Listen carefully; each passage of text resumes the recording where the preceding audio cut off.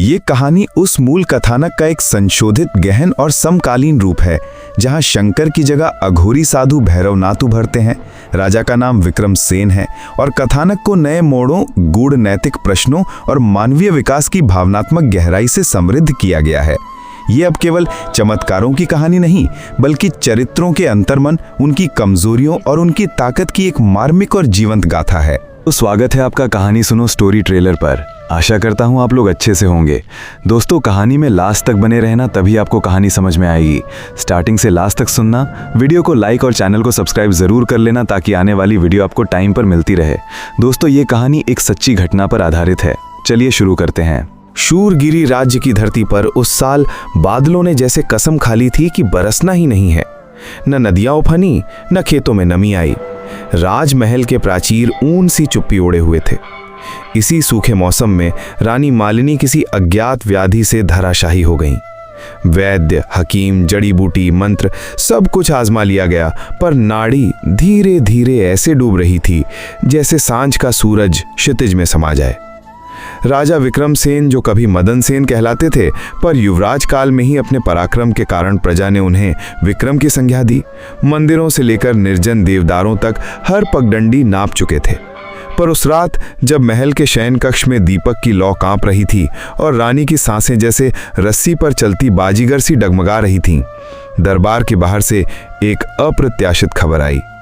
शमशान की अंधियारी ओर से एक अघोरी साधु महल द्वार पर खड़ा है और राज दरबार से मिलने का आग्रह करता है।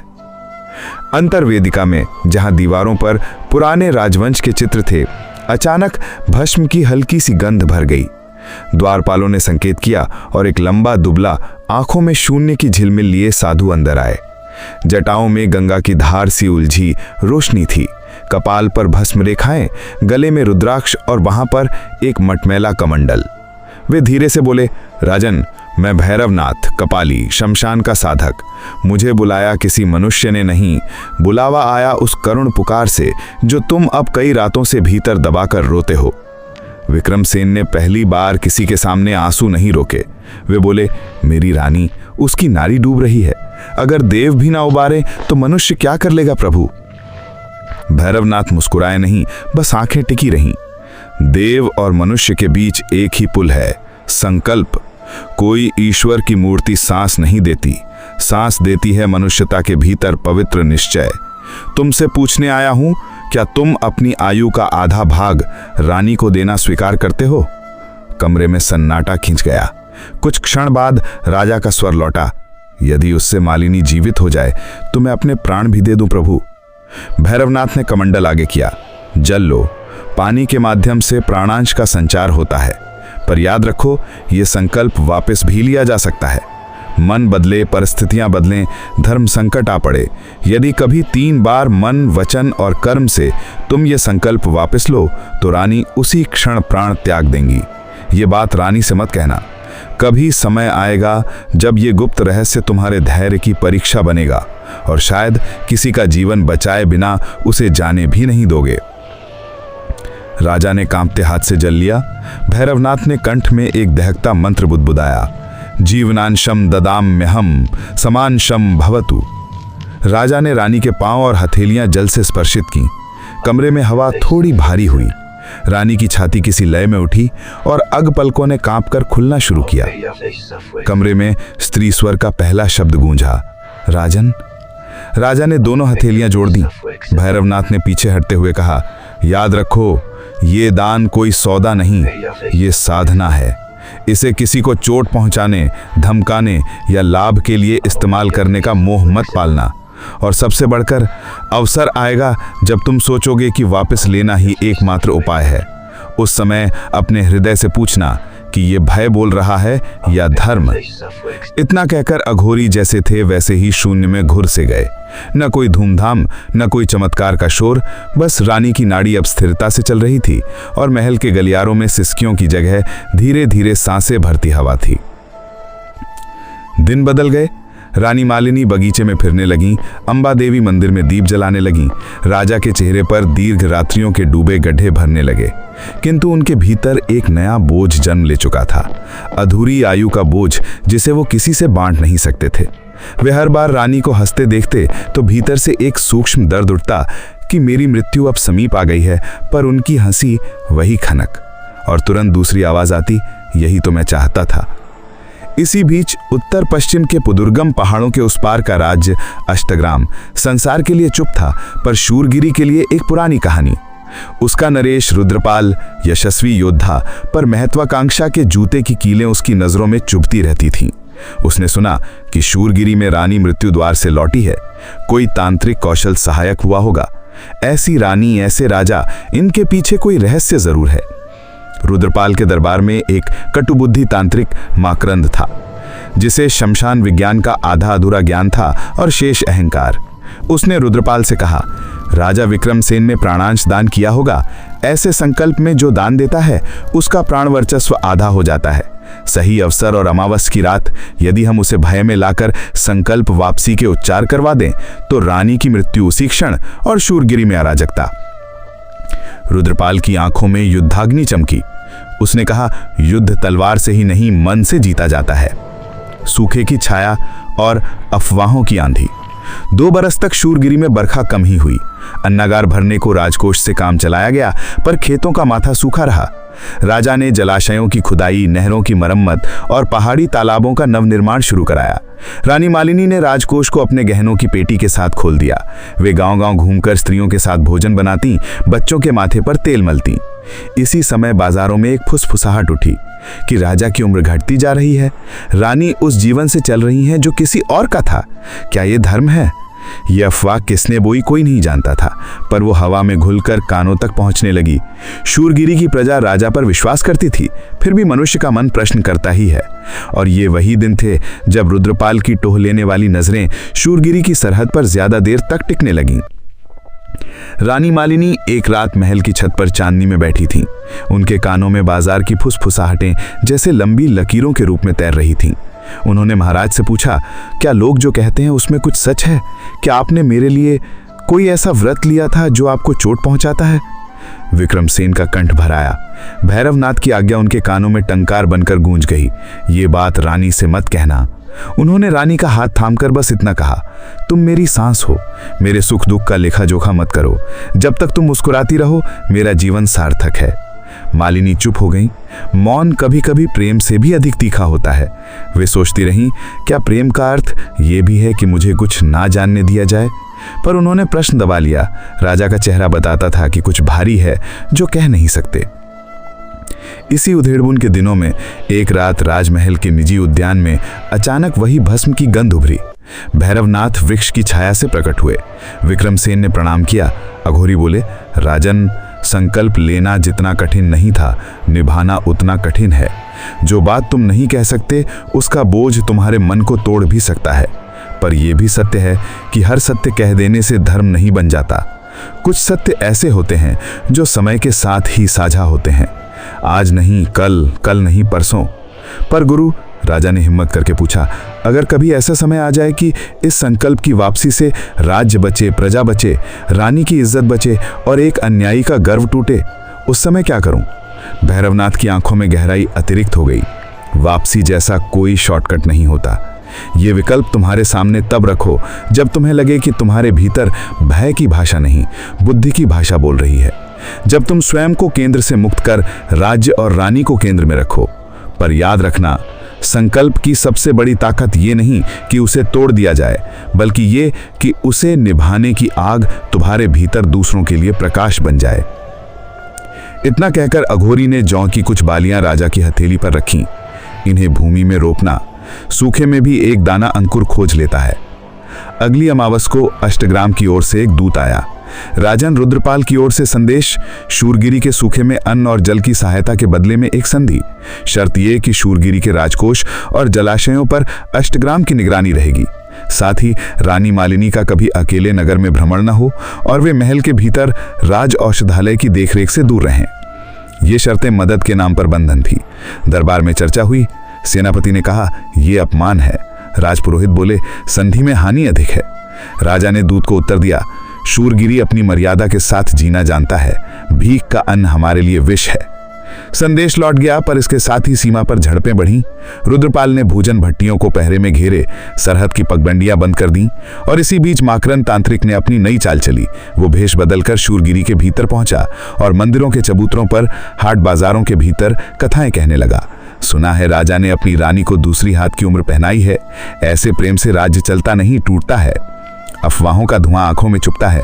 प्रजा का एक छोटा हिस्सा विचलित हुआ, बाकी ने राजा के प्रति पुराना भरोसा थामा, पर मौन घायल हो चुका था, राजा का भी, रानी का भी। एक शाम रानी मालिनी महिला आवास के झरोखे से बाहर झांक रही थीं। उन्हें लगा कि महल का ये ऊंचा परिसर एक कांच है, बाहर की दुनिया दिखती है पर छू नहीं सकते। उसी रात उन्होंने अपनी विश्वस्त दासी कुंतला के साथ सादा वेश धरा और महल से निकलकर शहर की गलियों में उतर पड़ी। मैं जानना चाहती हूं कि लोग क्या सोचते हैं, कैसे जीते हैं। यदि मेरी जीवन डोर किसी और के संकल्प से बंधी है तो क्या मैं उस डोर की खिंचाव महसूस कर सकती हूं? वे पहले नगर के आंगनों में पहुंची, जहां स्त्रियां रोटी बेलती थीं। किसी ने कहा, रानी ने अन्नागार खोल दिए, हमारे बच्चों को सांझ का दूध मिलता है। कृतज्ञता की आंच थी। फिर वे मंदिर के पीछे वाली अड्डाबाजी की दीवार के पास गईं, जहां दो युवक धीरे से बोल रहे थे। यदि राजा सचमुच उम्र बैठ गए हैं तो क्या होगा राज्य का? ये चिंता थी। रानी का मन दो हिस्सों में बंटता चला गया। एक हिस्सा राजन की करुणा का गर्व, दूसरा हिस्सा उनके मौन का दर्द। देर रात शहर की सीमा पार करते करते वे एक पुराने शमशान पहुंची, जहां धूसर धुंध में भैरवनाथ एक पीपल की जड़ में बैठे थे और उनके सामने एक छोटे से दीप की थरथर लौ टिमटिमा रही थी। मालिनी ने उन्हें पहचान लिया। वे झुकी, स्वामी क्या मैं एक प्रश्न पूछ सकती हूँ? भैरवनाथ ने सिर उठाया। भैरवनाथ ने सिर उठाया। प्रश्न वे पूछते हैं जो उत्तर के भार को उठाने को तैयार हो। पूछो। क्या प्रेम में कोई बात छुपाना धर्म है? क्या किसी का दिया हुआ जीवन पहन लेना बिना जाने ठीक है? भैरवनाथ ने सीधे उत्तर नहीं दिया। उन्होंने पास के घाट पर पड़ी एक सूखी लकड़ी उठाई और आग में रख दी। लकड़ी ने हल्की सी चटचटाहट की, फिर अग्नि पकड़ ली। देखो, वे बोले। लकड़ी ने आग को स्वीकार किया। उसने पूछा नहीं, कहां से आई हो, कितनी देर जलाओगी? पर इससे आग छोटी नहीं हुई। लकड़ी भी राख होकर वृक्षों को खाद बन जाएगी। प्रश्न करना अधर्म नहीं, पर कभी कभी उत्तर समय देता है, मनुष्य नहीं। यदि तुम्हें लगता है कि तुम्हारे प्रेम के भीतर कहीं विश्वास की जगह खाली है, तो उसे अपने कर्म से भरो, न कि दूसरे के गुप्त को खोलकर। जिस दिन वह गुप्त धर्म बन जाएगा, वह स्वयं प्रकट होगा।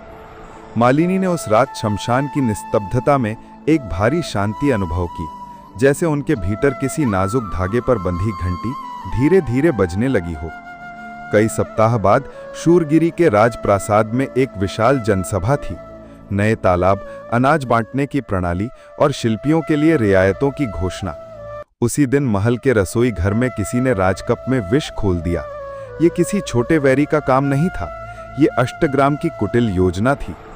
रात्रि भोजन के बाद कुछ ही देर में राजा की देश शिथिल होने लगी, होंठ नीले पड़ने लगे। वैद्य दौड़े, औषधियां दी, पर जहर अपनी चाल चल चुका था। वैद्य ने कहा, महाराज, यह विष कुल का जहर है। इसकी गति को केवल जीवन तुल्य ऊर्जा बांटकर रोका जा सकता है। यदि कोई ऐसा हो जिसकी नाड़ी आपके साथ समलय में चलती हो। ये सुनते ही भैरवनाथ का वाक्य विक्रमसेन के कानों में गूंजा। संकल्प का प्रकाश दूसरों के लिए भी दीपक बनता है। रानी को बुलाया गया। उन्हें कुछ न बताया गया, केवल इतना कि उन्हें राजा के सामने बैठकर जल ध्यान करना है। दोनों हथेलियों में जल लेकर एक दूसरे की आंखों में देखते हुए धीमे धीमे श्वास लेना है। वे दोनों आमने सामने बैठे। रानी की आंखों में चिंता, प्रेम और वह निस्सीम विश्वास था जो किसी भी औषधि से अधिक जीवंत होता है। जैसे जैसे वे ध्यान में डूबी, वैद्य ने राजा की नाड़ी का स्पंदन महसूस किया। वह पहले के मुकाबले सम हो रही थी, मानो किसी अदृश्य धागे ने दोनों की सांसों को एक तराजू के पलड़ों पर रख दिया हो। घंटों बाद विष का प्रभाव थम गया। राजा ने आंखें खोली। रानी ने राहत की हंसी में आंसू छुपा लिए। किसी ने कोई रहस्य नहीं खोला, पर उस रात दोनों ने जैसे एक दूसरे के मौन को सुन लिया। वह मौन जो शब्दों से नहीं, प्राण से बोला जाता है। रुद्रपाल को जब समाचार मिला कि राजा बच गया, तो वह तिलमिला उठा। उसने सीमा पर पूर्ण आक्रमण का आदेश दिया, पर शूरगिरी की जनता, जिसके साथ रानी ने रोटियां बांटी थीं, जिसके लिए राजा ने तालाब खोदे थे, उसने अपने घरों के चूल्हे बुझाकर भी सेना के लिए भोजन जुटाया, अपने कंधों से महाद्वार के पत्थर ढोए और अपने बच्चों को सुरक्षित रखते हुए खाइयां खोदी। सेनापति ने सूझबूझ दिखाई। सीधे युद्ध में उलझने के बजाय उन्होंने पर्वतीय दर्रों में दुश्मन की रसद काट दी। कुछ दिनों में अष्टग्राम की सेना थककर पीछे हटने लगी।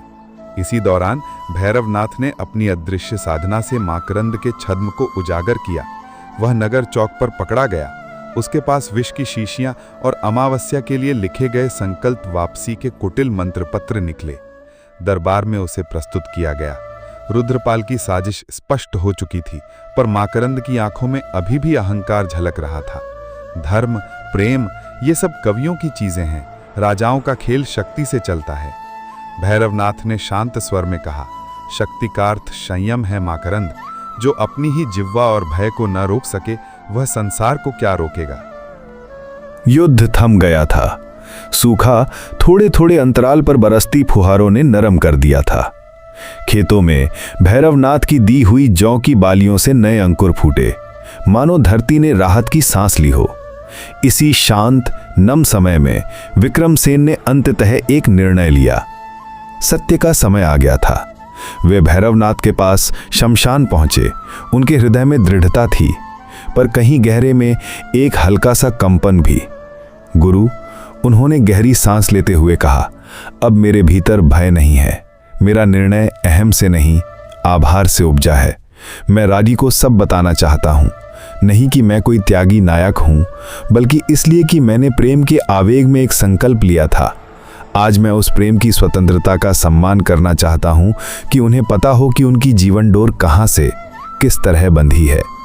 मैं चाहता हूँ कि वे अपनी इच्छा से तय करें कि आगे वो डोर कैसी रहे। भैरवनाथ ने गहरी सांस ली। उनकी आंखों में अनुभव की गंभीरता थी। यदि उद्देश्य विनम्र है, वे बोले, तो सत्य कठोर नहीं लगता। जाओ विक्रमसेन। उस शाम महल के बागीचे में जूही की महक हवा में तैर रही थी। विक्रमसेन ने रानी के सामने अपना हृदय खोल दिया। अग्नि, रात्रि, कमंडल, जल, संकल्प और वापसी की कठिन शर्त तक सब कुछ। उनकी आवाज में कांपती ईमानदारी थी। रानी ने सब कुछ शांत गहरी आंखों से सुना। कोई आंसू नहीं, कोई आक्रोश नहीं, बस एक लंबा मौन जो जैसे अनंत काल तक फैला हो।